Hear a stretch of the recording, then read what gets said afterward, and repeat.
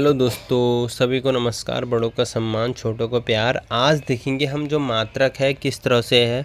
मात्रक तथा मापन में हम पूरा पढ़ रहे थे, तो मात्रक क्या होता है उसके बारे में हम ज़्यादा समय ना लेके हम सीधे टॉपिक पे स्टार्ट करते हैं।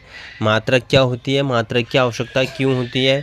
अगर हम देखेंगे कि फिजिक्स में कोई भी मापन की अगर राशि है तो हमें उसको लिए एक मानक कोई एक यूनिट्स होती है, जिन्हें कि हम देखते हैं कि अगर कोई भी यूनिट दी जाती है, चाहे इंटरनेशनल यूनिट्स हो, चाहे केजी में हो, चाहे ग्राम में हो, तो अगर कोई भी यूनिट दे रहे हैं तो वो मात्रक में आते हैं। और मात्रक भी हमारे क्या होते हैं, टाइप्स ऑफ मात्रक होते हैं, जैसे कि मूल मात्रक हो गया और व्युत्पन्न मात्रक हो गया और पूरक मात्रक हो गया।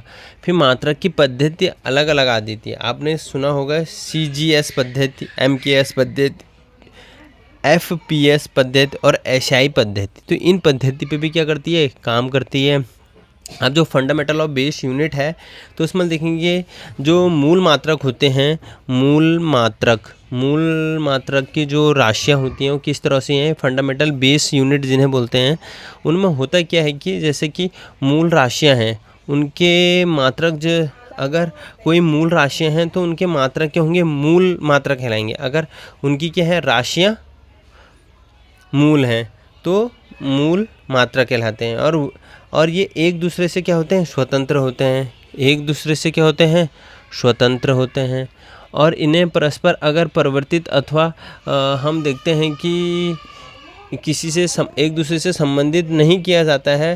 जैसे उदाहरण के लिए हम देते हैं कि फॉर एग्जांपल के लिए जैसे मीटर हो गया, केजी हो गया, सेकंड हो गया और एम्पियर हो गया, केल्विन हो गया। तो ये इत्यादि इस तरह से एक पूरा विवरण दिया गया है और इन विवरणों के माध्यम से ही हम देखते हैं कि किस तरह से उसमें पूरी डिटेल उसमें प्रस्तुत की रखी है। तो मात्रक के लिए भी हर एक यूनिट के लिए अलग अलग पद्धति है। और व्युत्पन्न मात्रक ड्राइव यूनिट्स में वो होते हैं कि जैसे कि उसमें हम देखते हैं कि जैसे उसमें कोई अतिरिक्त मूल मात्रक की राशियों के कोई भी राशि या अतिरिक्त आ रही हैं, ये सभी राशियाँ क्या कहलाएंगी हमारे, फिर व्युत्पन्न कहलाएंगी। अब व्युत्पन्न भी क्या है, जैसे अब क्या चाल हो गया, घनत्व हो गया या फिर शक्ति हो गया, कार्य हो गया। तो इस तरह से पूरा विवरण दिया गया है। और फिर वैसे ही हम पूरक मात्रक देखेंगे।